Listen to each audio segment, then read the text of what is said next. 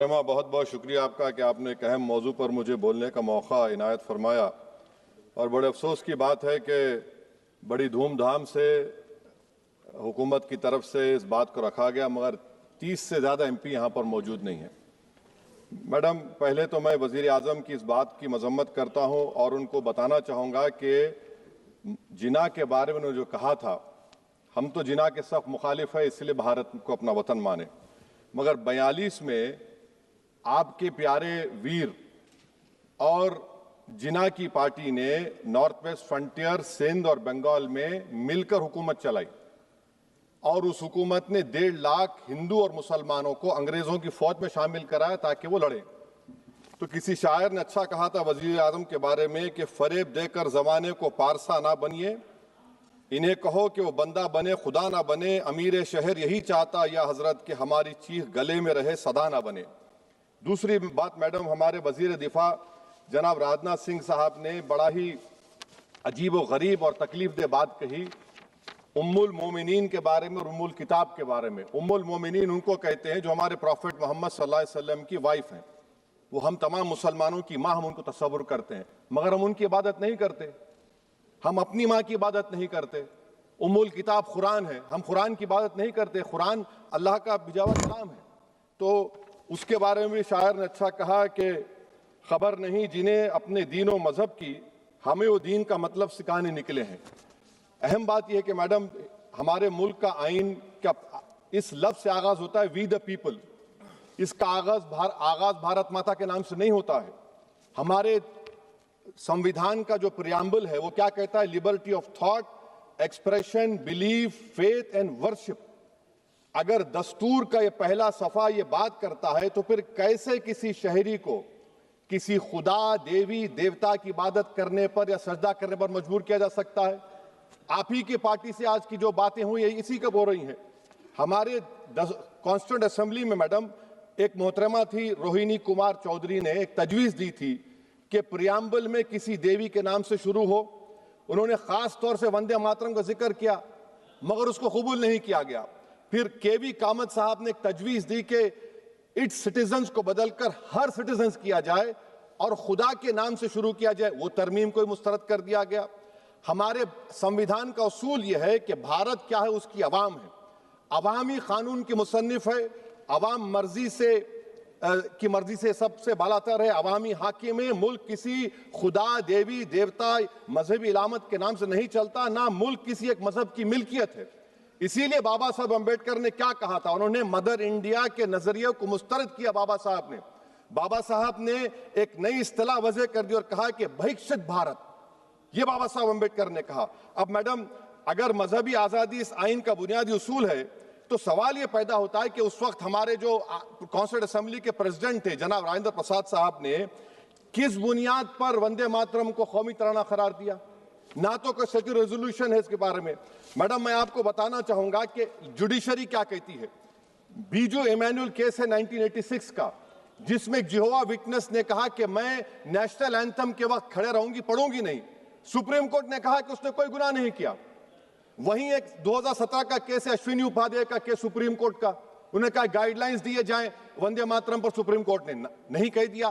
फिर आप आ जाइए madam, prevention of insult act national 1971, इसमें नेशनल सॉन्ग नहीं है, सिर्फ नेशनल एम्बलम और आपका नेशनल एंथम है।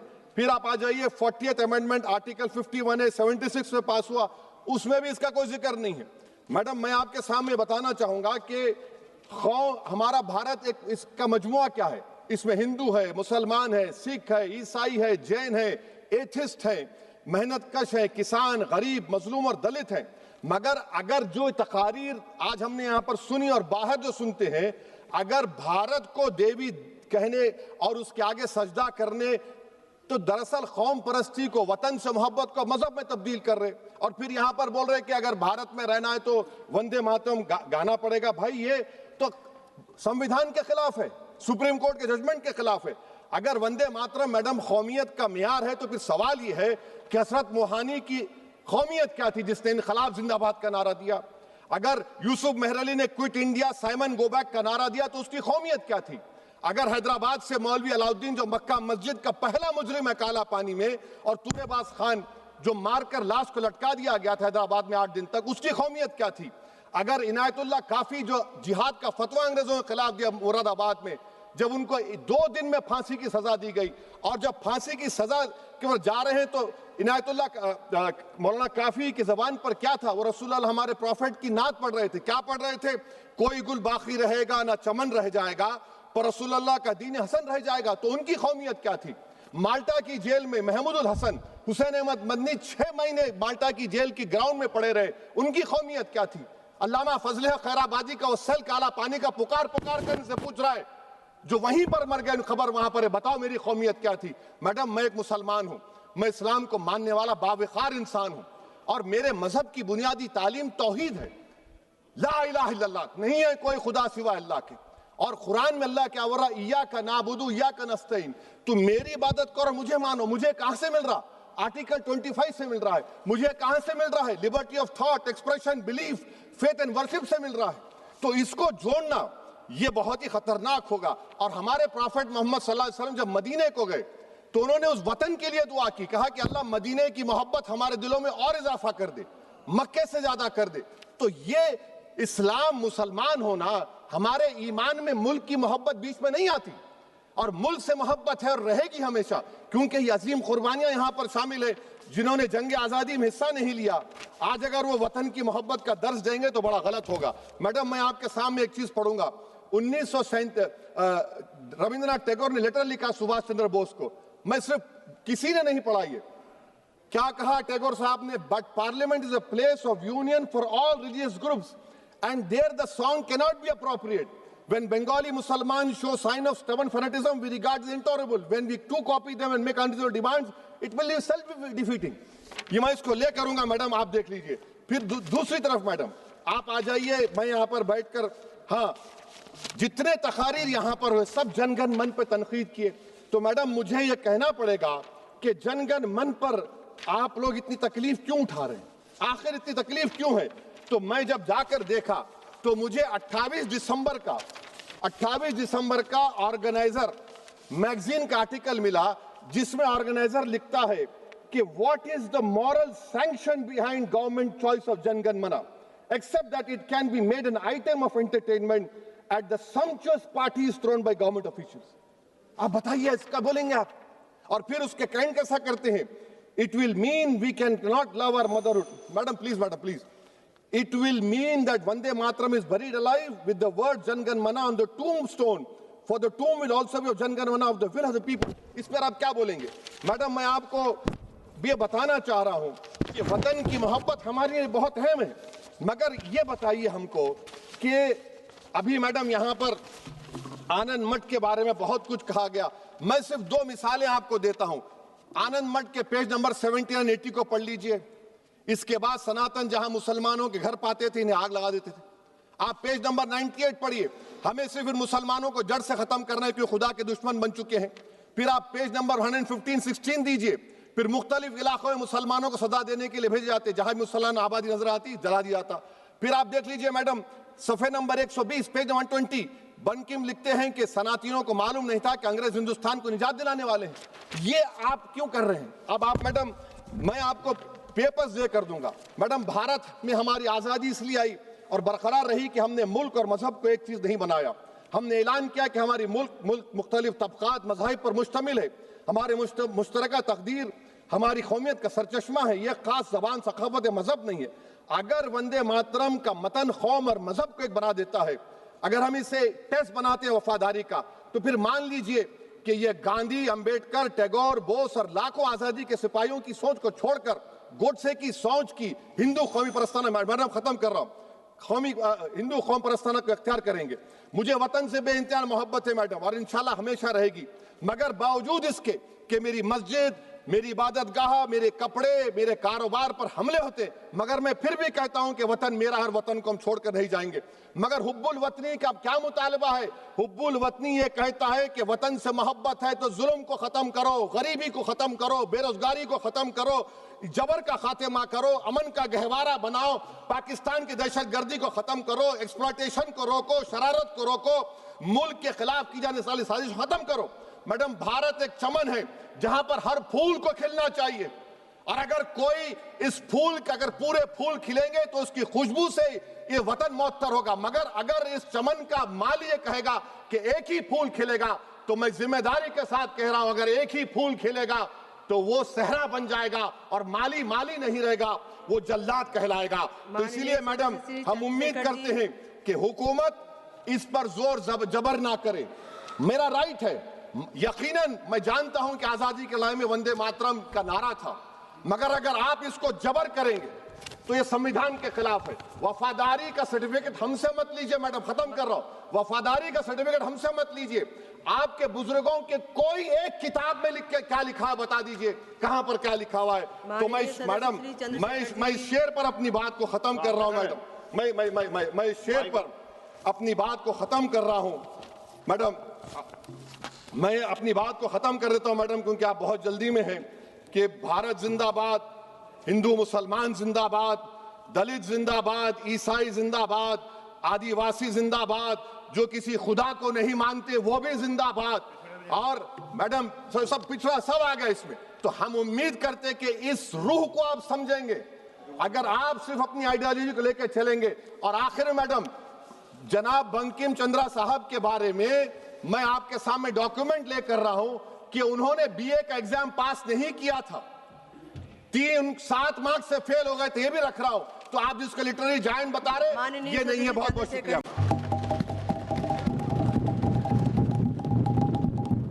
अध्यक्ष महोदय जी, आपने आज मुझे इस चर्चा में भाग लेने का मौका दिया, इसके लिए मैं आपको धन्यवाद देती हूं। आज जिस विषय पे हम चर्चा कर रहे हैं वह केवल एक विषय नहीं है, भारत की आत्मा का एक हिस्सा है। हमारा राष्ट्रगीत उस भावना का प्रतीक है जिसने सोए हुए, गुलामी में सोए हुए भारत के लोगों को जगाया, जिसने उन्हें हिम्मत दी कि ब्रिटिश साम्राज्य के सामने खड़े होकर वह सत्य और अहिंसा के नैतिक हथियारों के साथ सामना कर पाए। आज ये चर्चा एक भावना के ऊपर है,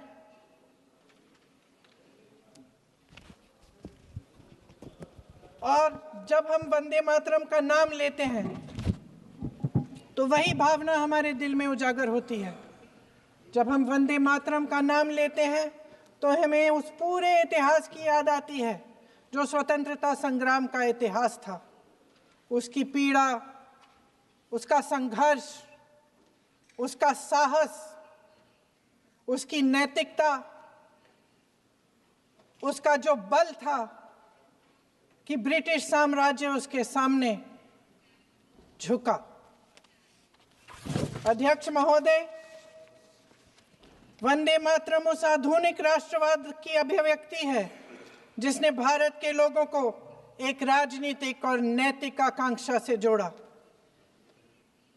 जिसने भारत के लोगों को एक साझा नियति के उत्तराधिकारी, एक साझा भविष्य के निर्माता के रूप में देखा। लेकिन आज की ये बहस मुझे कुछ अजीब सी लग रही है। जैसे मैंने कहा, ये गीत देश की आत्मा का हिस्सा बन चुका है। 150 सालों से देशवासियों के दिलों में ये गीत बस चुका है। 75 सालों से हमारा देश आजाद है, तो फिर आज इस बहस की क्या आवश्यकता है?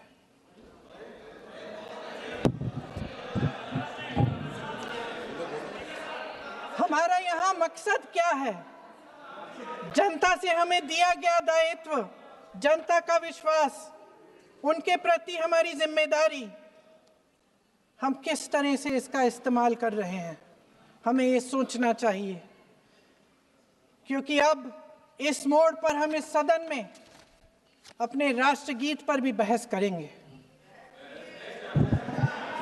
आपने बहस मांगी है, आपने बहस मांगी है। आप तो इलेक्टोरल रिफॉर्म्स की बहस नहीं मांग रहे थे कि जब तक हम इस पर बहस नहीं करेंगे तब तक उस पर बहस नहीं होगी। इसकी वजह क्या है? इसकी वजह क्या है? हम आज यहाँ ये बहस क्यों कर रहे हैं? हमारा राष्ट्रगीत है, इस पर क्या बहस हो सकती है? हम ये बहस यहाँ आज दो वजहों से कर रहे हैं। पहला कि बंगाल का चुनाव आ रहा है, हमारे प्रधानमंत्री अपनी भूमिका निभाना चाहते हैं उसमें। और दूसरी वजह ये है, ये मकसद है, पुरानी मकसद इनकी अध्यक्ष महोदय, कि जिन्होंने स्वतंत्रता की लड़ाई लड़ी, जिन्होंने देश के लिए बड़ी बड़ी कुर्बानियां दी, उन पर सरकार नए आरोप लादने का मौका चाहती है। देश का ध्यान फिर से जनता के ज्वलंत मुद्दों से भटकाना चाहती है। यही एक मकसद है आपका मकसद है कि हम फिर से उसी अतीत में मंडराते रहें, उसी की तरफ हम देखते रहें जो हो चुका है, जो बीत चुका है, क्योंकि ये सरकार वर्तमान और भविष्य की ओर देखना ही नहीं चाहती। वे इस काबिल ही नहीं रही। सच्चाई ये है अध्यक्ष महोदय कि आज मोदी जी वह प्रधानमंत्री नहीं रहे जो एक समय में थे। सच ये है कि ये दिखने लगा है, उनका आत्मविश्वास घटने लगा है, उनकी नीतियां देश को कमजोर कर रही हैं। और मेरे सत्ता पक्ष के साथी चुप इसलिए हैं क्योंकि अंदर अंदर से वे भी इस बात से सहमत हैं। आज देश के लोग खुश नहीं हैं अध्यक्ष महोदय, परेशान हैं, तमाम समस्याओं से घिरे हुए हैं, और उन समस्याओं का हल आप निकाल नहीं रहे हैं। हाँ ठीक है, उसका भी बोल लेंगे, समय आएगा तो उसका भी बोल लेंगे, बल्कि कल समय आ रहा है, चुनाव पे चर्चा होगी, उस पे भी बोलेंगे। अध्यक्ष महोदय, इनके भी अपने लोग दबी जबान में कहने लगे हैं कि सारी सत्ता को केंद्रित करने से देश का नुकसान हो रहा है। इस बीच अगर हम अतीत की बातें नहीं करेंगे तो कौन सी बातें करेंगे? ये किसी और बात के काबिल ही नहीं है, सिर्फ ध्यान भटकाना है जनता का। इसलिए आज हम वंदे मातरम पर चर्चा कर रहे हैं। वंदे मातरम देश के कण कण में जीवित है, इस पर बहस नहीं हो सकती। लेकिन चलिए, आपने बहस मांगी, आप बहस करना चाहते हैं, बहस करते हैं। आज इस चर्चा को प्रधानमंत्री जी ने शुरू किया, उन्होंने भाषण दिया और इसको कहने में कोई झिझक नहीं है कि भाषण अच्छा देते हैं, थोड़ा सा लंबा, लेकिन भाषण अच्छा देते हैं। सिर्फ एक कमजोरी है, अगर आप इजाजत दें तो मैं बोलूं, एक कमजोरी है। हाँ, उसी पे बोल रहे हैं, वंदे मातरम पे बोलो आप। अब सर मैंने तारीफ कर ली, आज थोड़ा और विषय वंदे मातरम का है तो हम वंदे मातरम पर ही रखें, ठीक रहेगा। सर ये वंदे मातरम पे ही है। सर आपने प्रधानमंत्री जी तक सुना था, अब तो शुरू नहीं हुए। सर भाषण बहुत अच्छा देते हैं, लेकिन तथ्यों के मामले में कमजोर पड़ जाते हैं। इसमें भी एक कला होती है कि तथ्यों को किस तरह से जनता के सामने रखा जाए। मैं तो नहीं हूं, जनता की प्रतिनिधि हूं, कलाकार तो नहीं हूं। इसीलिए मैं भी सदन के सामने कुछ तथ्य रखना चाहती हूं, लेकिन सिर्फ तथ्य के रूप में रखना चाहती हूं।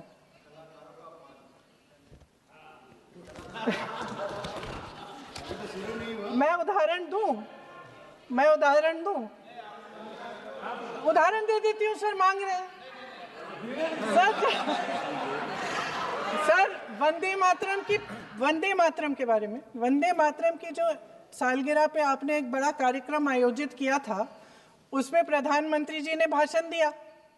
उसमें उन्होंने कहा कि 1896 में पहली बार गुरुदेव रविंद्रनाथ टैगोर ने ये गीत एक अधिवेशन में गाया।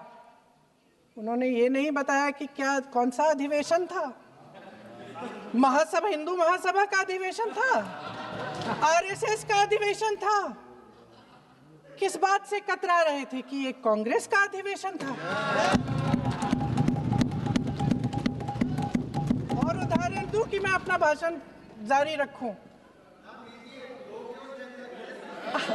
दे रही हूं, अरे दे रही हूं। जो वंदे मातरम की जो क्रोनोलॉजी है वो भी आप समझिए, जो असली क्रोनोलॉजी है। 1875 में महाकवि बंकिम चंद्र चट्टोपाध्याय ने इस गीत के पहले दो अंतरे लिखे, जो आज हमारे राष्ट्रगीत घोषित हुए हैं, मतलब जो घोषित हुए थे और जिसको हम आज अपना राष्ट्रगीत कहलाते हैं। ये पहले दो अंतरे लिखे 1882 में। 7 साल बाद उनका एक उपन्यास प्रकाशित हुआ, आनंद मठ। उस उपन्यास में यही कविता उन्होंने प्रकाशित की, लेकिन इसमें 4 अंतरे जोड़ दिए। 1896 में कांग्रेस के अधिवेशन में गुरुदेव रविंद्रनाथ टैगोर ने पहली बार ये गीत गाया। 1905 में बंगाल के विभाजन के खिलाफ आंदोलन के समय वंदे मातरम जनता की एकता की गुहार बनकर गली गली से उठा।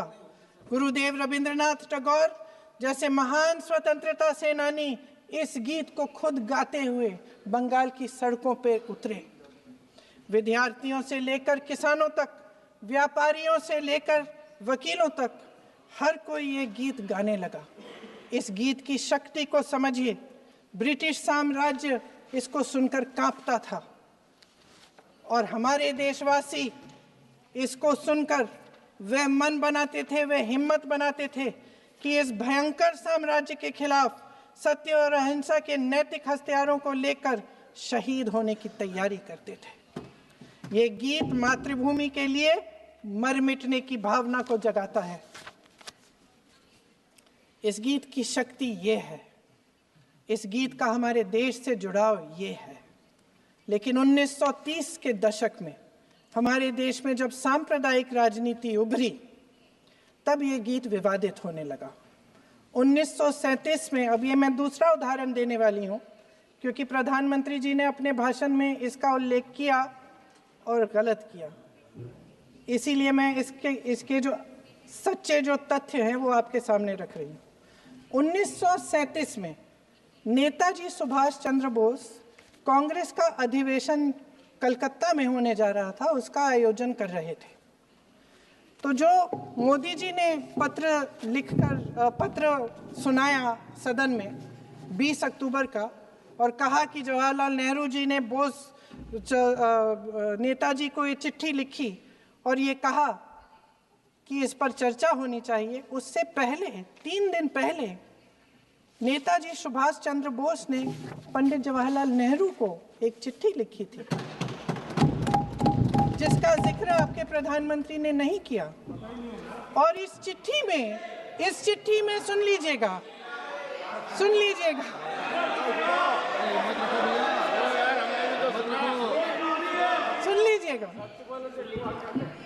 आप नेताजी के लफ्ज नहीं सुनना चाहते? बंगाल का चुनाव आ रहा है।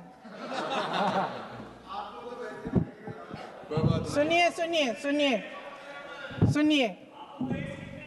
हाँ, कोई बात नहीं, हम तो देश के लिए हैं,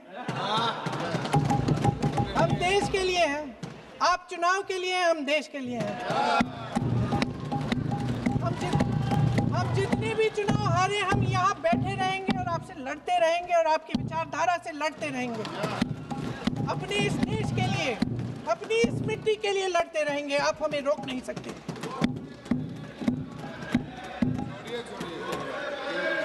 सुन लीजिए सुभाष चंद्र बोस जी ने क्या कहा, सुन लीजिए। My dear Jawahar, reference Vande Mataram, we shall have a talk in Calcutta and also discuss the question in the working committee if you bring it up there. I have written to Dr. Tagore to discuss this matter with you when you visit Santi Niketan. Please do not forget to have a talk with him when you visit Santi Niketan. ये 17 अक्टूबर को लिखी जाती है। 10 अक्टूबर को नेहरू जी इसका जवाब देते हैं और माफ करिए 20 अक्टूबर को, हाँ ठीक है 20 अक्टूबर को 20 अक्टूबर को नेहरू जी इसका जवाब देते हैं। इस जवाब की एक पंक्ति प्रधानमंत्री जी ने सुनाई, बाकी पंक्तियां क्यों नहीं सुनाई? क्योंकि उनमें नेहरू जी क्या कह रहे हैं? There is no doubt that the present outcry against Vande Mataram is to a large extent a manufactured one by the communalists. Whatever we can do, whatever we do, we cannot pander to communalists' feelings, but to meet real grievances where they exist. I have decided now to reach Calcutta on the 25th morning. This will give me time to see Dr. Tagore as well as other friends. समझ रहे हैं आप? प्रधान चुप है तो समझ ही गए होंगे। फिर क्या होता है? फिर नेहरू जी कलकत्ता जाते हैं और गुरुदेव जी से मिलते हैं, और उसके अगले दिन गुरुदेव जी एक चिट्ठी लिखते हैं जिसमें वो लिखते हैं, अंग्रेजी में चिट्ठी है, उसका एक अंश मैं आपको हिंदी में बता देती हूँ, जिसमें गुरुदेव जी कहते हैं कि जो दो अंतरे हमेशा गाए जाते थे उनका महत्व इतना गहरा था कि उस हिस्से को कविता के शेष हिस्से तथा पुस्तक के उन अंशों से अलग करने में उन्हें कोई कठिनाई नहीं थी। उन्होंने ये कहा कि स्वतंत्रता संग्राम में हमेशा से वही दो अंतरे ही गाए जाते थे और उनको गाते हुए कुर्बानी देने वाले सैकड़ों शहीदों के सम्मान के लिए उन्हें ऐसे ही गाना उचित रहेगा। उन्होंने यह भी कहा कि बाद में जोड़े गए अंतरों का सांप्रदायिक मायना निकाला जा सकता है और उस समय के माहौल में उनका इस्तेमाल अनुचित होगा। इसके बाद 28 अक्टूबर 1937 में कांग्रेस की कार्य समिति ने अपने प्रस्ताव में वंदे मातरम को राष्ट्रगीत घोषित किया। उन्हीं दो अंतरों को कार्य समिति की बैठक में महात्मा गांधी जी, नेताजी सुभाष चंद्र बोस, पंडित नेहरू, आचार्य नरेंद्र देव जी, सरदार पटेल जी, गुरुदेव रविंद्रनाथ टैगोर जी सब मौजूद थे। इस प्रस्ताव के ये सभी महापुरुष इस प्रस्ताव से सहमत थे। आगे क्या होता है ये भी सुना लूं।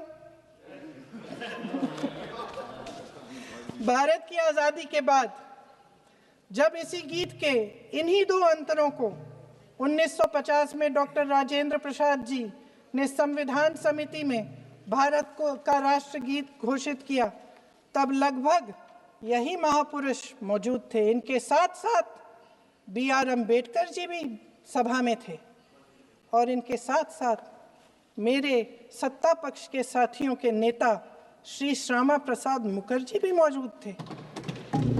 वही दो अंतरे राष्ट्रगीत घोषित किए, किसी ने कोई आपत्ति जारी नहीं की, कोई आपत्ति नहीं जताई। वैसे इन तथ्यों के साथ जुड़ा एक और तथ्य भी है जो मैं यहाँ पे आपके सामने रखना चाहती हूँ। आज हम अपने राष्ट्रगीत पर बहस कर रहे हैं, लेकिन हमारा राष्ट्रगान भी एक कविता का एक अंश ही है, एक लंबी कविता का एक अंश है। और इन दोनों राष्ट्रगीत और राष्ट्रगान के अंश को चुनने में सबसे बड़ी भूमिका गुरुदेव रविंद्रनाथ टैगोर की थी। वंदे मातरम के इस स्वरूप पर सवाल उठाना, जिसे संविधान सभा ने स्वीकार किया, न सिर्फ उन महापुरुषों का अपमान करना है जिन्होंने अपने महान विवेक से ये निर्णय लिया, मगर एक संविधान विरोधी मंशा को भी उजागर करता है। क्या सत्ता पक्ष के हमारे साथी इतने अहंकारी हो गए हैं कि अपने आप को महात्मा गांधी जी से, रविंद्रनाथ टैगोर जी से, राजेंद्र प्रसाद जी से, बाबा साहब अम्बेडकर जी से, मौलाना आजाद जी से, सरदार पटेल जी से, सुभाष चंद्र बोस जी से बड़ा समझने लग गए हैं? मोदी जी का अपने भाषण में ये कहना कि राष्ट्रगीत को एक विभाजनकारी सोच द्वारा काटा गया, उन सब महापुरुषों का अपमान है। जीवन इस देश की आजादी की लड़ाई में झोंक दिया। वंदे मातरम को विभाजित करने का आरोप लगाकर आप पूरी संविधान सभा पर आरोप लगा रहे हैं, उसके हर एक नेता को दोषी ठहरा रहे हैं। यह हमारी संविधान सभा और हमारे संविधान का खुला वार है। और जहां तक जवाहरलाल नेहरू जी की बात है, जितनी देर हमारे प्रधानमंत्री देश के प्रधानमंत्री रहे हैं, 12 साल हो गए हैं, लगभग उतने ही सालों के लिए जवाहरलाल नेहरू जी जेल में रहे। किस लिए? इस देश की आज़ादी के लिए। उसके बाद 17 साल के लिए प्रधानमंत्री रहे। आप बड़ी आलोचना करते हैं इनकी, लेकिन अगर इन्होंने इसरो नहीं बनाया होता तो आज आपका मंगलयान नहीं होता। अगर DRDO नहीं बनाया होता तो तेजस नहीं बनता। अगर IIT और IIM नहीं बनाए होते तो हम आज IT में आगे नहीं होते। अगर एम्स नहीं बनाया होता तो हम कोरोना की जब बड़ी चुनौती का सामना कैसे करते? हाँ, वही बना कुछ भी। इसका मतलब है इस मुद्दे का जवाब नहीं है आपके पास है? अगर इन्होंने BHEL, गेल, सेल, भाखड़ा नंगल ये सब नहीं बनाया होता जो आप सब बेच रहे हैं, तो ये विकसित भारत कैसे बनता? और मत कहिए बाकी। पंडित जवाहरलाल नेहरू इस देश के लिए जिए। सुन लीजिए, बेच लो यार, और बाकी भी बेच देंगे। पंडित जवाहरलाल नेहरू इस देश के लिए जिए और देश की सेवा करते करते उन्होंने दम तोड़ा। फिर भी सुन लीजिए, मेरी एक सलाह ले लीजिए। सर, मैं आपके माध्यम से सलाह दे रहे हैं। हम छोड़ना नहीं। सर, मैं आपके माध्यम से एक सलाह दे देती हूँ। हमारे प्रधानमंत्री महोदय 12 सालों से इस सदन में हैं, मैं मात्र 12 महीनों से हूँ। फिर भी छोटी सी सलाह है। उन्होंने अभी हाल ही में चुनाव था, कुछ महीनों पहले उन्होंने एक सूची निकाली थी कि विपक्षी दलों ने और विपक्ष के नेताओं ने कितने अपमान किए हैं इनके, और उसमें शायद 90-99 ऐसे उन्होंने अपमानों की सूची बनाई थी। तो मैं उनको एक छोटी सलाह देना चाहती हूँ कि नेहरू जी से जितनी भी शिकायतें हैं, जितनी भी गलतियाँ उन्होंने की आपके जहन में, जितनी भी गालियाँ देनी है, जितना भी अपमान करना है, उसकी भी एक सूची बना दीजिए। नहीं, बात खत्म नहीं है। 999 अपमान, 9,999 अपमान, सूची बना दीजिए और फिर हम एक समय निर्धारित करते हैं। जैसे हमने 10 घंटे आज वंदे मातरम पर हमने बहस किया है ना, उस तरह से हम अध्यक्ष महोदय जी से पूछेंगे, एक समय निर्धारित करेंगे, 10 घंटे, 20 घंटे, 40 घंटे, जितने घंटों में आपकी ये शिकायत पूरी हो जाए, माननीय सदस्य आप शांत हो जाए और हम बहस कर लेंगे। लेकिन इस सदन का कीमती समय, जिसके लिए हमें यहाँ पे जनता ने भेजा है, जैसे हमें जनता की समस्याओं को हल करने के लिए चर्चा करनी चाहिए, इस्तेमाल करना चाहिए, उसको इसी के लिए इस्तेमाल करिए। उसके बाद जैसे अंग्रेजी में कहते हैं ना, जैसे अंग्रेजी में कहते हैं कि once and for all let's close the chapter, close कर लीजिए। देश सुन लेगा क्या क्या शिकायतें हैं, किसने क्या किया, इंदिरा जी ने क्या किया, राजीव जी ने क्या किया, परिवारवाद क्या होता है, नेहरू जी ने कौन सी गलतियां की, सुना लीजिए, फिर खत्म। उसके बाद बेरोजगारी, महंगाई, महिलाओं की समस्याएं, जो पीएमओ में हो रहा है उसकी बातें, उसकी चर्चा, जो बैटिंग ऐप के बारे में हो रहा है पीएमओ के अंदर, आप सदस्य प्लीज, जो एप्स्टीन फाइलों में आपके मंत्री महोदय के नाम निकल आए हैं, उसकी चर्चा करेंगे। आप वंदे मातरम में बोले, आप इधर उधर डाइवर्ट मत हो।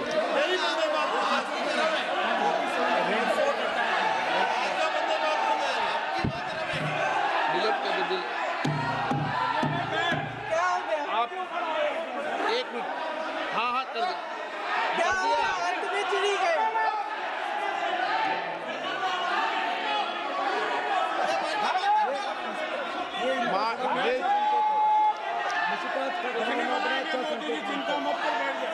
बहुत बढ़िया। माननीय आगे सदस्य, एक मिनट।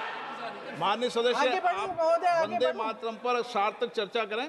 ठीक सर, इधर-उधर सर, बात डाइवर्ट मत यही हो। थी सर, संक्षिप्त में बात यही थी कोई डाइवर्ट नहीं कि होना हम चाहिए अतीत अपन पे को। बातें करते रहते हैं। माननीय सदस्य, नहीं, आप बिना तथ्यों के कोई बात नहीं करें।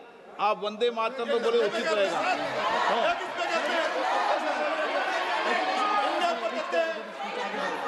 मैंने प्लीज।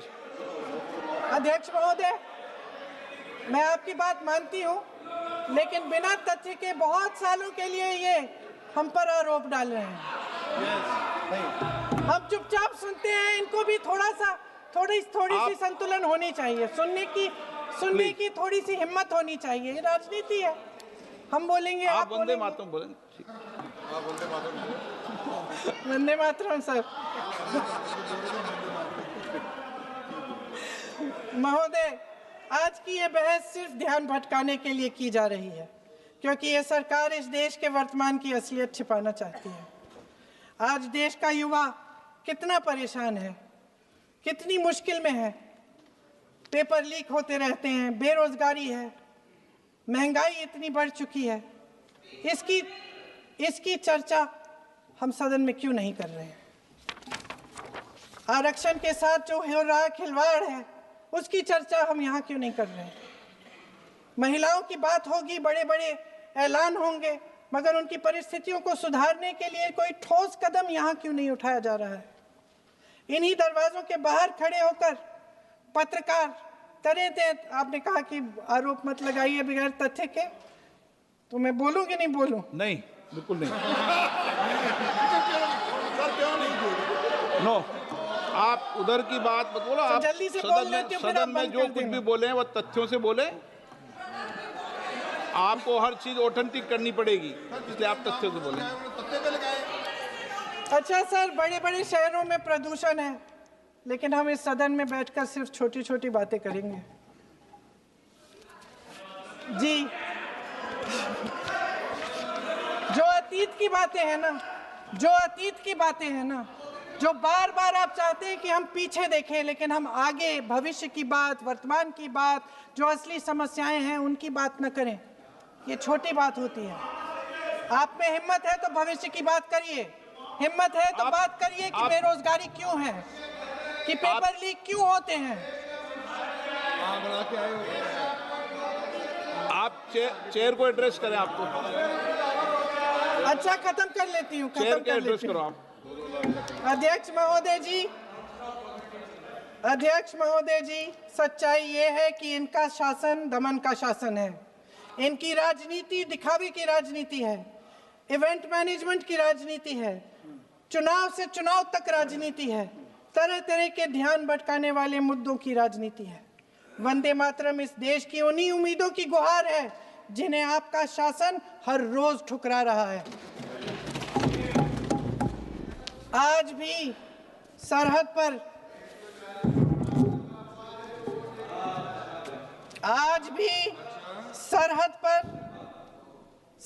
पर जवान जब दुश्मन का सामना करता है तो उसकी छाती में वंदे मातरम गूंजता है। आज भी जब हमारा खिलाड़ी अंतर्राष्ट्रीय खेलों में जाता है तो उसके दिल की धड़कन में वंदे मातरम होता है। आज भी इस देश के करोड़ों देशवासी जब अपने राष्ट्र ध्वज को फहराते हुए देखते हैं तो उनकी जबान पर वंदे मातरम, वंदे मातरम, वंदे मातरम आता है।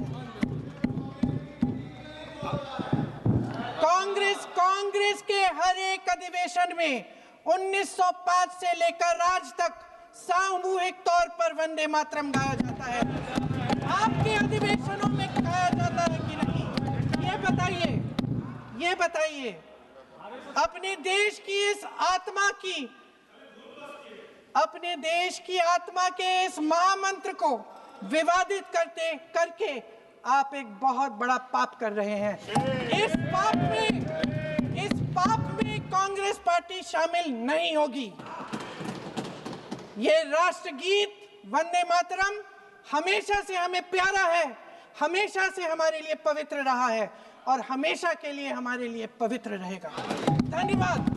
Demand Amit Shah ji to initiate the discussion.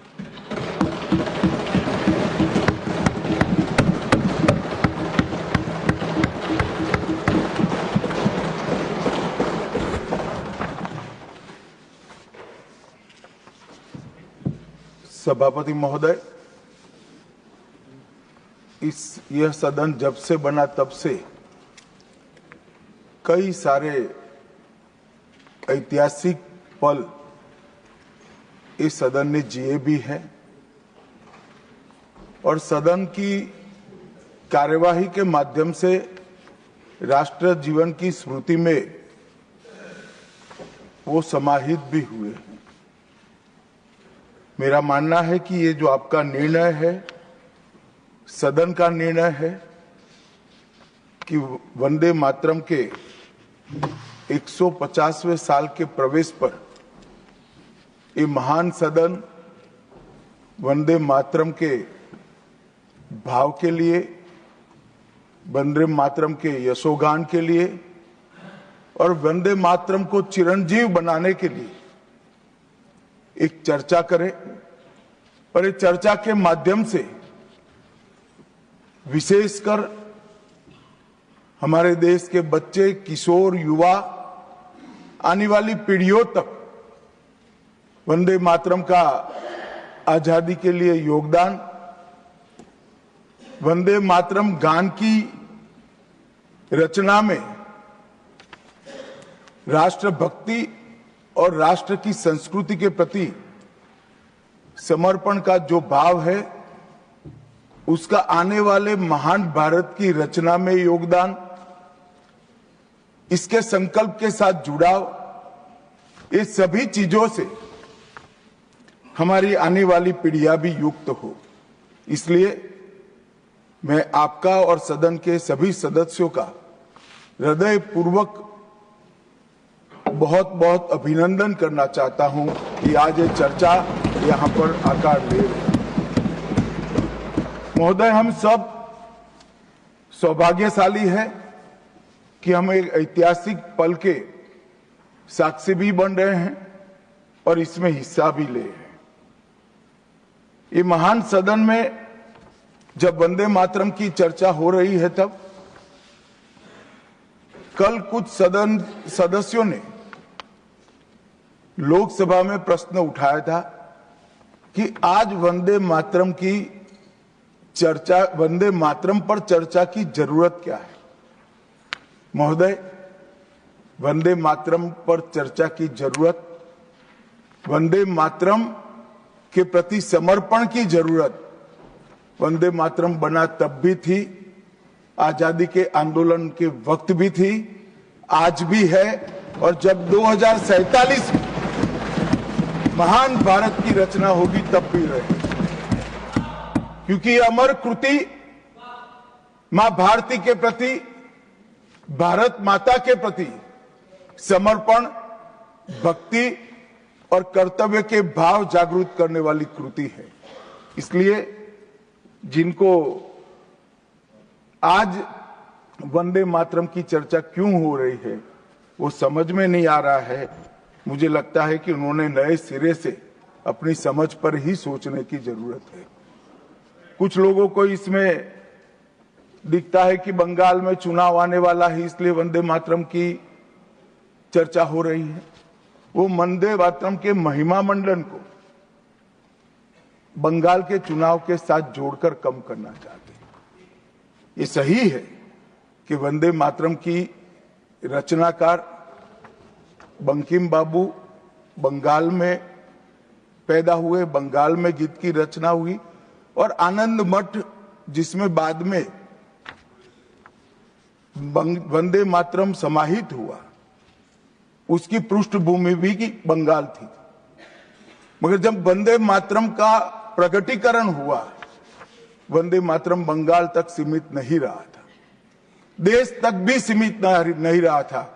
दुनिया भर में जहां पर आजादी के दीवाने थे वो गुप्त बैठक भी करते थे तो पहले वंदे मातरम का गान कर बैठक की शुरुआत। और आज भी सरहद पर हमारा जवान जब अपना सर्वोच्च बलिदान देता है, ये आंतरिक सुरक्षा के लिए देश के पुलिस का जवान सर्वोच्च बलिदान देता है, तो जब वो अपने प्राण त्यागता है, इसके मुंह पर एक ही मंत्र होता है, वो वंदे मातरम। मान्यवर, ये वंदे मातरम का गान, वंदे मातरम का गीत, ये भारत माता को गुलामी की जंजीरों से मुक्त करने का नारा बना था, आजादी के उद्घोष का नारा बन चुका था, आजादी के संग्राम का एक बहुत बड़ा प्रेरणा स्रोत बना था, और शहीदों को अंतिम बलिदान, सर्वोच्च बलिदान देते वक्त अगले जन्म में भी भारत में ही जन्म लेकर फिर से मां भारती के लिए बलिदान करने की प्रेरणा वंदे मातरम से मिली। और ये चिर पुरातन राष्ट्र को अनेक सदियों तक अपनी संस्कृति के रास्ते पर आगे बढ़ाने की प्रेरणा भी कई सारे मनुष्यों को इस वंदे मातरम से मिली। वंदे मातरम की दोनों सदनों में इस चर्चा से, वंदे मातरम के महिमा मंडन से, वंदे मातरम के गौरव गान से हमारे बच्चे, किशोर, युवा और आने वाली कई पीढ़ियां वंदे मातरम के महत्व को भी समझेगी और उसको राष्ट्र के पुनर्निर्माण का एक प्रकार से आधार भी बनाएगी। मान्यवर, बंकिम चंद्र चट्टोपाध्याय जी ने 7 नवंबर 1875 को वंदे मातरम की रचना उनकी सार्वजनिक हुई। यह दिन कार्तिक शुक्ल नवमी का था। अक्षय नवमी या जगदात्री पूजा के रूप में यह दिन मनाया जाता है। और जब रचना की तब शुरू में कुछ लोगों को लगा कि एक उत्कृष्ट साहित्यिक कृति है, परंतु देखते देखते देखते वंदे मातरम का एक गीत देशभक्ति, त्याग और राष्ट्रीय चेतना का प्रतीक बन गया, जिसने हमारे आजादी के आंदोलन का रास्ता प्रशस्त किया। और कब वंदे मातरम की रचना हुई? वंदे मातरम की रचना की पृष्ठभूमि हम सब ने जरूर याद करनी चाहिए। उसकी पृष्ठभूमि में सदियों तक इस्लामिक आक्रमण को झेल कर इस देश की संस्कृति और इस देश का इतिहास झंझोड़ने का काम, शीर्ण वीर्ण करने का काम हुआ था। उसके बाद अंग्रेजों ने अपने शासन के काल में, भारत के गुलामी के काल में एक नई सभ्यता, एक नई संस्कृति हमें थोपने का प्रयास किया था। और उस वक्त ये वंदे मातरम का रचना बंकिम बाबू ने की, और वो रचना के अंदर बहुत बारीकी से जो हमारी मूल सभ्यता थी, हमारा सांस्कृतिक राष्ट्रवाद था, देश को माता के रूप में कल्पना कर कर, देश की माता के रूप में जो कल्पना की, इसकी आराधना करने की हमारी परंपरा थी, उसको उन्होंने पुनः प्रस्तापित किया था। और इसीलिए ये गीत देखते देखते कोई प्रचार के बगैर, उस वक्त ना सोशल मीडिया था, ना प्रचार के कोई साधन थे, उल्टा जो सरकार थी वो तो उसको रोकना चाहती थी, प्रतिबंध लगाती थी। वंदे मातरम बोलने वालों पर कोड़े बरसाए जाते थे, जेल में डाल दिए जाते थे। फिर भी वो सारे प्रतिबंधों को पार कर कर हर एक व्यक्ति के मन को भी छुआ, आत्मा को भी छुआ, और अनेक प्रताड़नाएं झेलते हुए भी वंदे मातरम कश्मीर से कन्याकुमारी तक फैल गया। मान्यवर, ये एक प्रकार से भारत के संस्कृति के प्रति श्रद्धा रखने वाले सभी लोगों का पुनः जागरण का मंत्र बन गया। गुलामी के कालखंड में कई मंदिर, विश्वविद्यालय, कला केंद्र, हमारी कृषि व्यवस्था है, हमारी शिक्षा व्यवस्था, कई सारी लाइब्रेरी अस्त व्यस्त हो गई, तोड़ दी गई, शीर्ण वीर्ण कर दी गई, मगर हमारी संस्कृति, उसके भाव को हमारे जनमानस से कोई नहीं मिला। मगर एक जरूरत थी वो भाव को जागरूक करने की और वो भाव को पुनः संगठित करने की। उसी वक्त बंकिम बाबू ने वंदे मातरम की रचना की और देखते देखते वंदे मातरम का नारा अक्रॉस द कंट्री, पूरे देश में ट्रैवल कर गया मान्यवर, और अंडमान निकोबार की जेलों तक पहुंच गया। उसको ना अंग्रेज रोक सके, ना अंग्रेजों की सभ्यता को स्वीकारने वाले लोग रोक सके। मान्यवर, वंदे मातरम ने एक ऐसे राष्ट्र को जागरूक किया जो अपनी दिव्य शक्ति को भुला चुका था। राष्ट्र की आत्मा को जागरूक करने का काम वंदे मातरम ने किया। यह इसीलिए महर्षि अरविंद ने कहा, वंदे मातरम भारत के पुनर्जन्म का मंत्र है। श्री अरविंद का ये वाक्य, इसका गर्भित अर्थ वो वंदे मातरम की महत्ता को बताता है। मान्यवर, अरविंद घोष ने यह भी कहा कि देश को एक ऐसे मंत्र की आवश्यकता थी और ईश्वर ने उसे साकार करने के लिए ही बंकिम बाबू को इस भूमि पर भेजा था। श्री अरविंद का वंदे मातरम के लिए भाव बच्चे बच्चे के लिए एक प्रेरणा स्रोत बन गया और हमारे आजादी का नारा बन गया। मान्यवर, हमारे देश को जो लोग समझते हैं, लोग जो जानते हैं, वो सभी लोगों को मालूम है कि हमारा देश पूरी दुनिया में एक प्रकार से अनूठा देश है। दुनिया के कई देशों की रचना अधिनियमों से हुई, कहीं युद्धों के कारण हुई, कहीं युद्ध के बाद संधि के कारण हुई। भारत एकमात्र ऐसा देश है जिसकी सीमाएं कोई अधिनियम से तय नहीं की है। हमारे देश की सीमाएं हमारी संस्कृति ने तय की है और संस्कृति ने इस भारत को जोड़ कर रखा है। और इसीलिए सांस्कृतिक राष्ट्रवाद का जो कंसेप्ट था, उस सांस्कृतिक राष्ट्रवाद के कंसेप्ट को, सांस्कृतिक राष्ट्रवाद के विचार को सबसे पहले गुलामी के कालखंड में जागरूक करने का काम बंकिम चंद्र चट्टोपाध्याय जी ने किया। हम पूरे देश को एक बार फिर से देखें तो हमें मालूम पड़ेगा कि हमारे देश को जोड़ने वाला मंत्र हमारी संस्कृति है। हमारे देश को जोड़ने वाली, एक रखने वाला मंत्र हमारी संस्कृति है।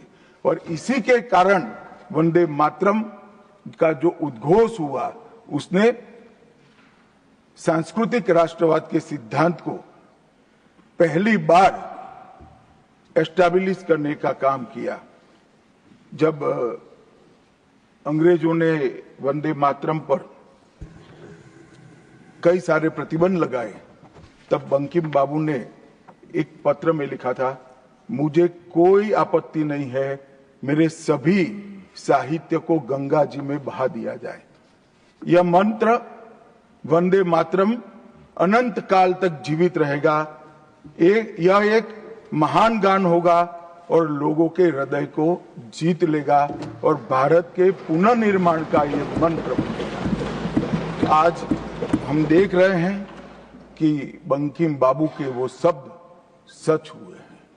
भले देर से ही सही, ये पूरा राष्ट्र आज सांस्कृतिक राष्ट्रवाद की परिकल्पना को स्वीकार कर आगे बढ़ रहा है।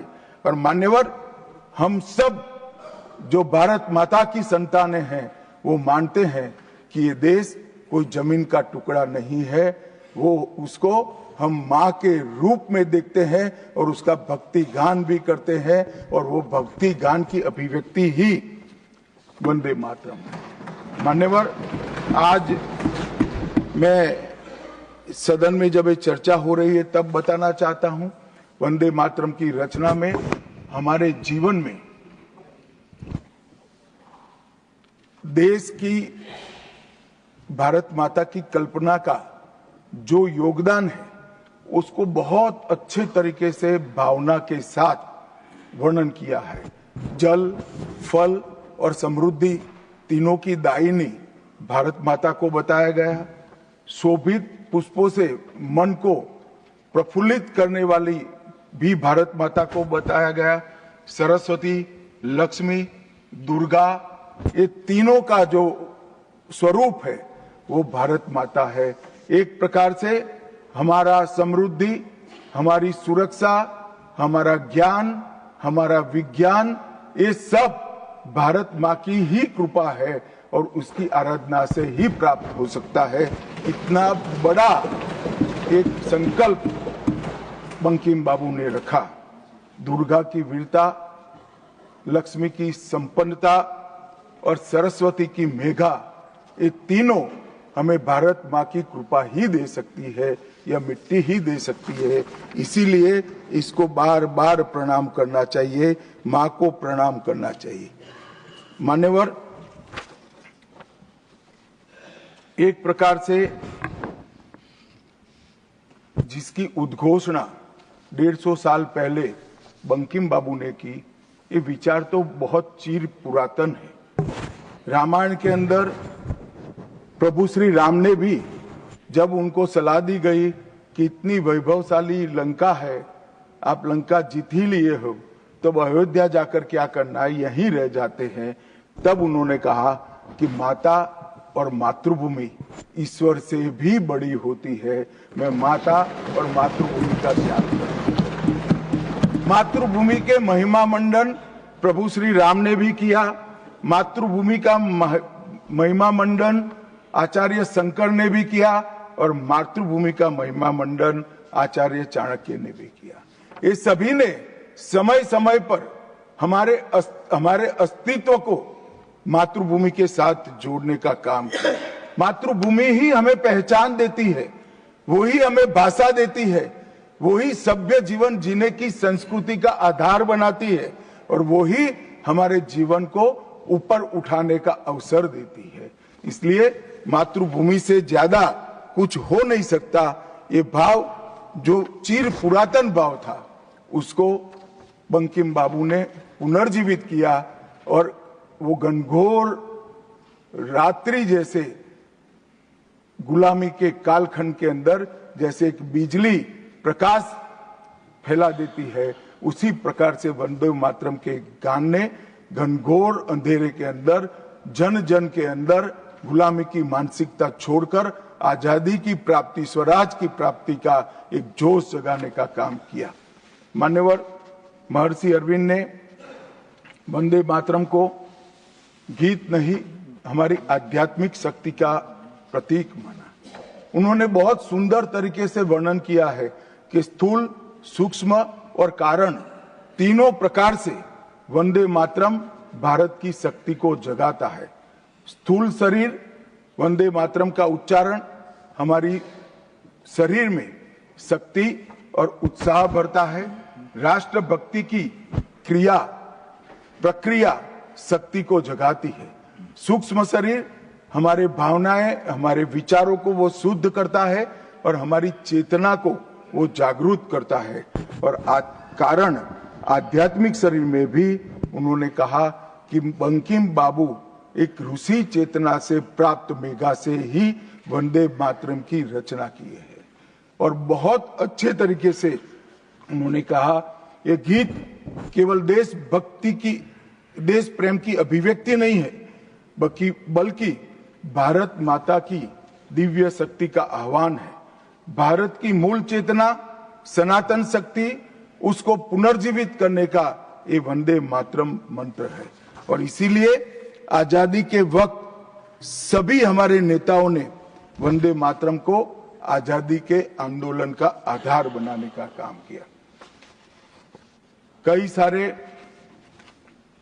हमारे आजादी के संग्राम के सेनानी जिनको अंग्रेजों ने फांसी पर चढ़ाया, इस सब में एक चीज सामान्य निकल कर आती है, तो फांसी के तख्ते पर चढ़ते चढ़ते जो शहीद अंतिम शब्द बोले वो सभी के मुंह से वंदे मातरम ही निकला। स्वदेशी का आह्वान करना हो, विदेशी माल का बहिष्कार करना हो, राष्ट्रीय शिक्षा का आह्वान जगाना हो, हर वक्त राष्ट्रभक्ति जगाते वक्त वंदे मातरम का उद्घोष इस देश ने सुना भी, इस देश ने महसूस भी किया। पंजाब के गदर आंदोलन में वंदे मातरम के शीर्षक से कई पर्चे बांटे गए। महाराष्ट्र में वंदे मातरम के विशेष अंक गणपति और शिवाजी के उत्सव में बांटे जाते थे। तमिलनाडु में सुब्रह्मण्यम भारती जी ने तमिल अनुवाद कर हिंद महासागर को भी क्रांति की चेतना से आंदोलित कर दिया था।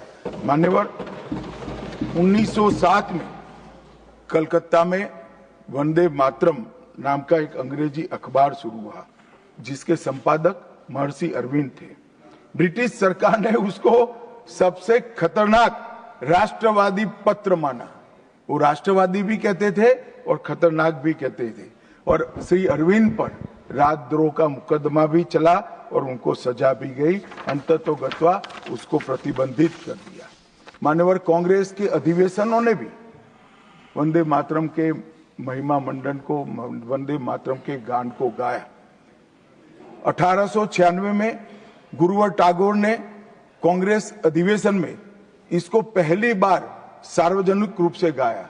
1905 में कांग्रेस के वाराणसी अधिवेशन में महान कवियत्री गायिका सरला देवी चौधरानी ने पूर्ण वंदे मातरम का गायन किया। और 15 अगस्त 1947 को जब देश आजाद हुआ, सुबह 6:30 बजे सरदार पटेल के आग्रह पर पंडित ओमकारनाथ ठाकुर जी ने आकाशवाणी से अपने मधुर स्वर में वंदे मातरम का गान कर देश को भावुक कर दिया। और ये सभी भावना को देखते हुए संविधान सभा की अंतिम बैठक 24 जनवरी 1950 को संविधान सभा के अध्यक्ष राजेंद्र प्रसाद जी की अध्यक्षता में जो हुई, उसमें राष्ट्रगान के बराबर सम्मान देते हुए वंदे मातरम को राष्ट्रगीत घोषित करने का काम किया। मान्यवर, मैं कल देख रहा था कांग्रेस के कई सदस्य आज वंदे मातरम की चर्चा क्यों जरूरी है और इसको एक राजनीतिक हथकंडा या तो मुद्दों पर से ध्यान भटकाने का एक हथियार मानते थे। मान्यवर, मुद्दों पर चर्चा करने से कोई नहीं डरता है। संसद का बहिष्कार हम नहीं करते हैं। संसद का बहिष्कार अगर करना है, संसद का बहिष्कार न करे, संसद चलने दे, तो सब मुद्दों पर चर्चा होगी। हमें कुछ डरने जैसा नहीं है, छिपाने जैसा नहीं है। कोई भी मुद्दा हो, हम चर्चा करने के लिए तैयार है। परंतु वंदे मातरम के गान की चर्चा को, वंदे मातरम के गान पर की चर्चा को टालने की ये मानसिकता ये नई नहीं है। मान्यवर, ये तो वंदे मातरम का 150वां साल है। हर महान रचना का, हर महान घटना का महत्वपूर्ण साल कई मायनों में हमारे देश में मनाता जाता है। तो ये तो 150वां साल है। अब हम थोड़ा पीछे मुड़कर देखते हैं। मान्यवर, जब वंदे मातरम के 50 साल हुए तब क्या हुआ? वंदे मातरम के 50 साल हुए, देश आजाद नहीं हुआ था। और वंदे मातरम की स्वर्ण जयंती हुई 1937 में। तब जवाहरलाल नेहरू जी ने वंदे मातरम के 2 टुकड़े कर उसको 2 अंतरों तक सीमित करने का काम किया। कांग्रेस पार्टी की 50वें साल में जो एक प्रकार से वंदे मातरम का महिमा मंडन करने की पद्धति थी,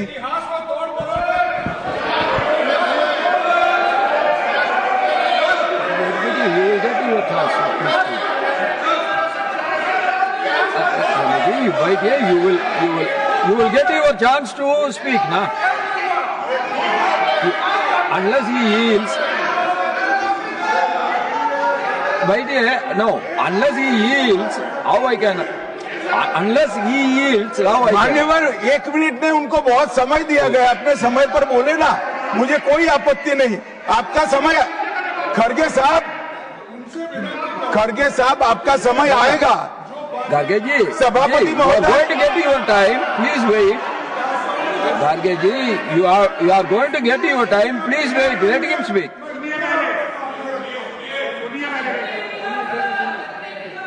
मान्यवर 50वें पड़ाव पर वंदे मातरम को सीमित कर दिया गया। वहीं से तुष्टीकरण की शुरुआत हुई और वो तुष्टीकरण जाकर देश के विभाजन में पलटा। मान्यवर, मेरे जैसे कई लोगों का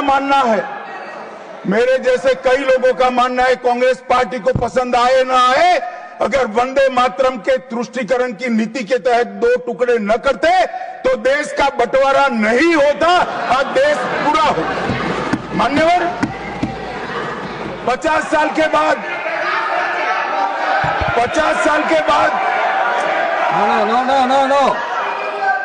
No, nothing will 50 साल go के on बाद record except honorable minister's speech. Please. मान्यवर, 50 साल के बाद वंदे मातरम 100 साल का हुआ। सबको था कि 100 साल मनाए जाएंगे, 100 साल मनाए जाएंगे, मगर 100 साल हुआ तब वंदे मातरम का महिमा मंडन का सवाल ही नहीं था, क्योंकि वंदे मातरम बोलने वाले जो सारे लोग थे उनको इंदिरा जी ने जेल में बंद कर दिया। इस देश में आपातकाल लगाया गया। विपक्ष के लाखों लोगों को, लाखों समाज सेवियों को, स्वयंसेवी संगठन के लोगों को जेल में भर दिया गया।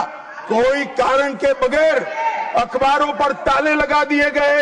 यहां तक कि आकाशवाणी में उस वक्त एक ही माध्यम था, आकाशवाणी में किशोर कुमार की आवाज ही नहीं आती थी, ड्यूएट गाने भी लता जी की आवाज में ही आते थे। मान्यवर, पूरे देश को जब वंदे मातरम 100 साल का हुआ, पूरे देश को बंदी बनाकर रख दिया।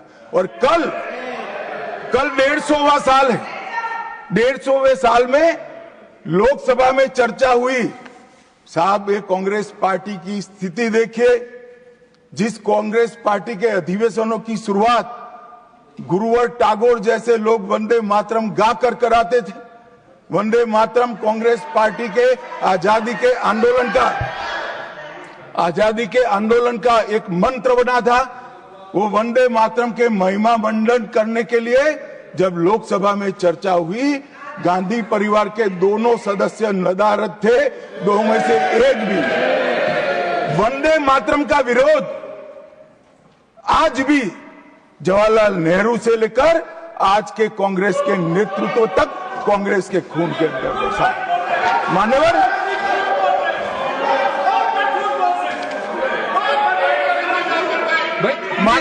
प्लीज आप बैठिए।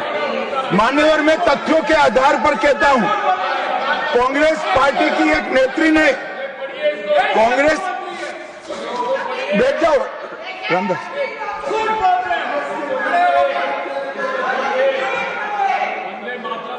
अरे दिग्विजय जी, अब नौकरी पक्की है इस आयु में, क्या कर रहे हो भैया?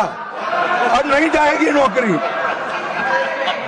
मान्यवर, मैं जो कह रहा हूं वो रिकॉर्ड का हिस्सा है दूसरे सदन का।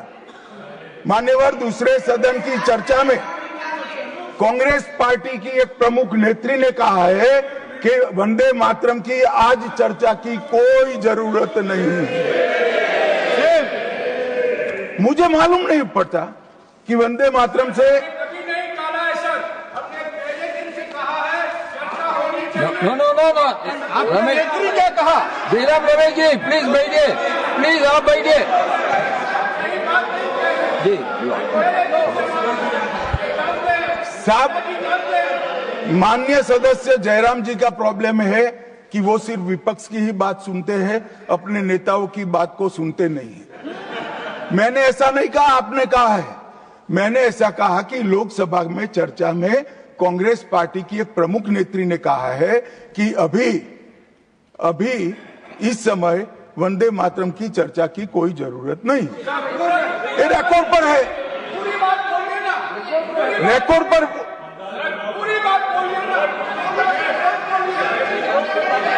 मान्यवर आप बैठिए मान्यवर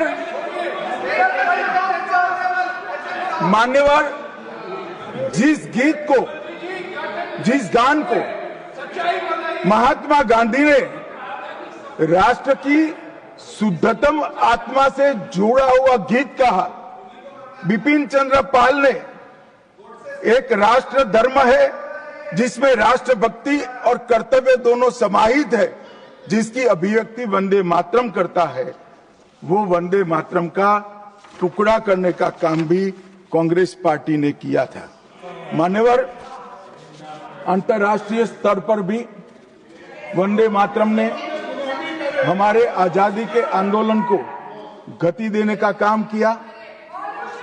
श्यामजी कृष्ण वर्मा, मैडम भिखाजी कामा और वीर सावरकर ने जो भारत का त्रिवर्ण ध्वज निर्मित किया था, उस पर स्वर्णिम अक्षर में एक ही नाम था, वंदे मातरम। मान्यवर, बर्लिन के ओलंपिक्स में भी 1936 में गुलामी के कालखंड में भी जब हमारे हॉकी की टीम को, हमारी टीम को उत्साह की जरूरत थी, प्रेरणा की जरूरत थी, कोच ने लाइन में खड़े कर भावपूर्ण तरीके से वंदे मातरम का गान किया और हम गोल्ड मेडल जीतकर आ गए। मान्यवर, भारतीय जनता पार्टी की रचना हुई तब से हमारी तो पार्टी की रचना ही सांस्कृतिक राष्ट्रवाद और ये देश अपने मूल संस्कृति के आधार पर, मूल विचारों के आधार पर चलना चाहिए, पाश्चात्य संस्कृति के आधार पर नहीं चलना चाहिए। इसीलिए हमारी पार्टी की स्थापना थी। मान्यवर, इस संसद में वंदे मातरम के गान को बंद करा दिया गया। अब फिर से खड़े हो जाएंगे कि नहीं आप गलत बोल रहे हो, मगर इस रिकॉर्ड है मान्यवर महोदय। 1992 में भाजपा सांसद श्री राम नाईक ने एक शॉर्ट ड्यूरेशन डिस्कशन के माध्यम से वंदे मातरम को संसद में फिर से गाने की शुरुआत करने के लिए एक मुद्दा उठाया और उस वक्त प्रतिपक्ष के नेता लाल कृष्ण आडवाणी जी ने बहुत प्रमुखता के साथ लोकसभा के स्पीकर को कहा कि इस महान सदन के अंदर वंदे मातरम का गान होना चाहिए, क्योंकि संविधान सभा ने इसको स्वीकारा है। और फिर लोकसभा ने सर्वानुमत से 1992 में वंदे मातरम के गान की शुरुआत की। मान्यवर, हम जब वंदे मातरम की गान की शुरुआत कर रहे थे, उस वक्त भी मैं नाम देना नहीं चाहता, वरना औचित्य के सवाल उठाएंगे, कुछ टेक्निकल मुद्दे उठाएंगे, मगर इंडी अलायंस के ढेर सारे लोगों ने, मेरे पास नाम की सूची है, इनको आपत्ति नहीं हो तो मैं पढ़ सकता हूं, ढेर सारे लोगों ने कहा था कि हम वंदे मातरम नहीं गाएंगे, ना बोल दिया। और मैंने मेरी आंख से देखा है, कई सारे सदस्य वंदे मातरम होता है तो वंदे मातरम के गान के पहले संसद में बैठे होते हैं तो भी खड़े होकर बाहर चले जाते हैं। मैं आपको विश्वास से कह सकता हूं मान्यवर, ये कह रहे हैं कि कांग्रेस पार्टी पर झूठे आरोप लगाए। मैं विश्वास से कह रहा हूं, भारतीय जनता पार्टी का एक भी सदस्य वंदे मातरम के गान के वक्त सम्मान के साथ खड़ा न हो, ऐसा हो ही नहीं सकता, क्योंकि वंदे मातरम के गान के प्रति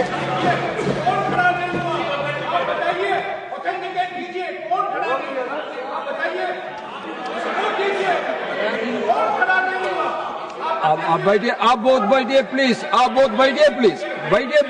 You will get your chance to speak. You can say your opinion when the turn comes to you.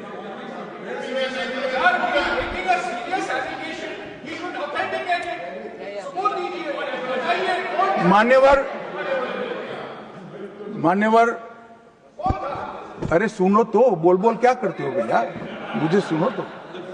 मान्यवर, सम्मानीय सदस्य जी ने कहा है कि कौन कौन कांग्रेस पार्टी के लोगों ने वंदे मातरम नहीं गाने के लिए स्टेटमेंट दिया है और संसद के वक्त बाहर चले गए हैं, मैं इसकी सूची आज शाम होने के पहले सदन के पटल पर रख दूंगा। मेरा विनंती है कि वो कांग्रेस सदस्यों के नाम इस चर्चा का हिस्सा करने के लिए आप आदेश करिएगा। इस सदन की चर्चा के रिकॉर्ड पर रहना चाहिए कि कांग्रेस पार्टी के सदस्य वंदे मातरम का विरोध करते हैं। इस देश की जनता इनको जाननी चाहिए। माननीय, मैं दे देता हूं, दिग्विजय सिंह पढ़ लीजिएगा।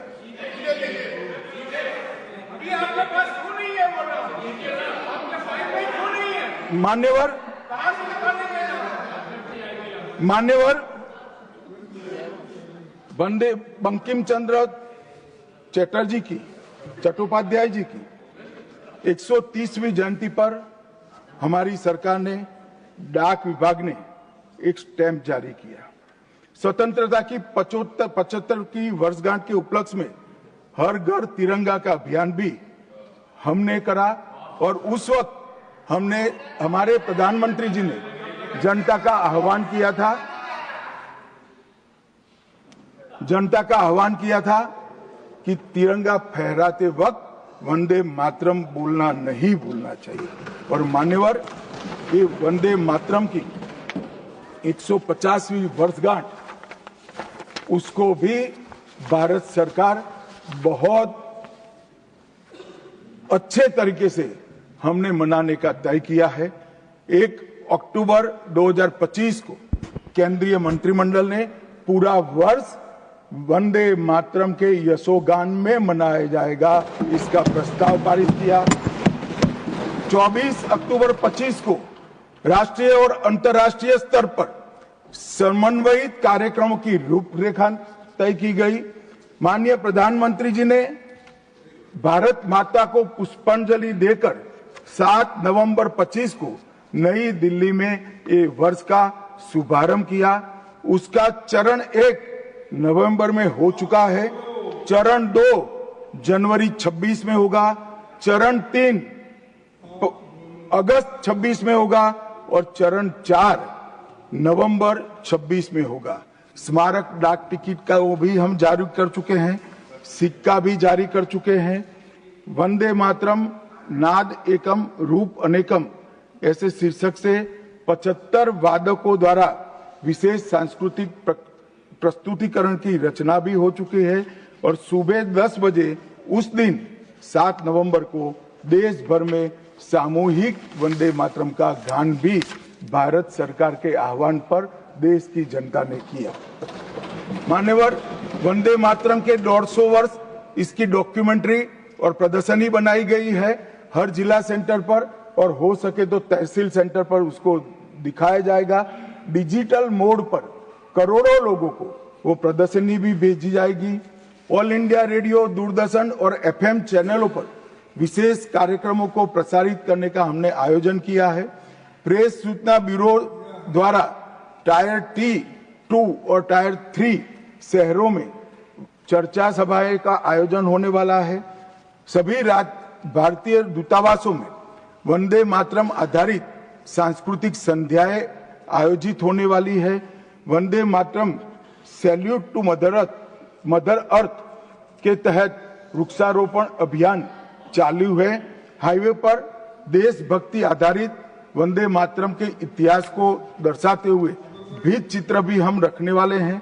रेलवे स्टेशन और हवाई अड्डों पर LED डिस्प्ले के माध्यम से सार्वजनिक घोषणा भी होगी और वंदे मातरम और बंकिम चंद्र चट्टोपाध्याय जी पर 25 लघु फिल्में 1-1 मिनट की बनाने का भी हमने शुरुआत कर लिया है। मान्यवर, देश के प्रधानमंत्री जी ने लाल किले से अमृत काल के लिए पंच प्रण की घोषणा की थी। इसमें एक, जब देश आजादी की शताब्दी मनाता हो उस वक्त विकसित भारत का लक्ष्य हमने तय करना है। गुलामी की हर मानसिकता से मुक्ति प्राप्त करनी है। अपनी विरासत पर गर्व लेना है। देश की एकता और एकजुटता और अखंडितता को हमें संभाल कर रखना है। और नागरिकों में कर्तव्य की भावना को हमें आगे बढ़ाना है। मान्यवर, जब देश के आजादी के 75 साल हुए, कोरोना काल होने के बावजूद 2 साल तक पूरे देश के हर गांव-गांव में आजादी के अमृत महोत्सव को मनाया गया। अमृत महोत्सव के माध्यम से इस देश की युवा पीढ़ी को हमारी 1857 से 1947 तक की पूरी आजादी के संघर्ष को हमारे युवाओं को परिचित कराया गया। कई नामी, कई अनामी, जिनके नाम भी इतिहास में दर्ज नहीं हुए, ऐसे स्वतंत्रता संग्राम के नायकों को ढूंढकर उनके स्मारक बनाए गए। देश भर में कई कार्यक्रम हुए और देशभक्ति का एक नया ज्वार खड़ा करने का प्रयास आजादी के बाद पहली बार 75 साल जब मनाए गए तब हुआ।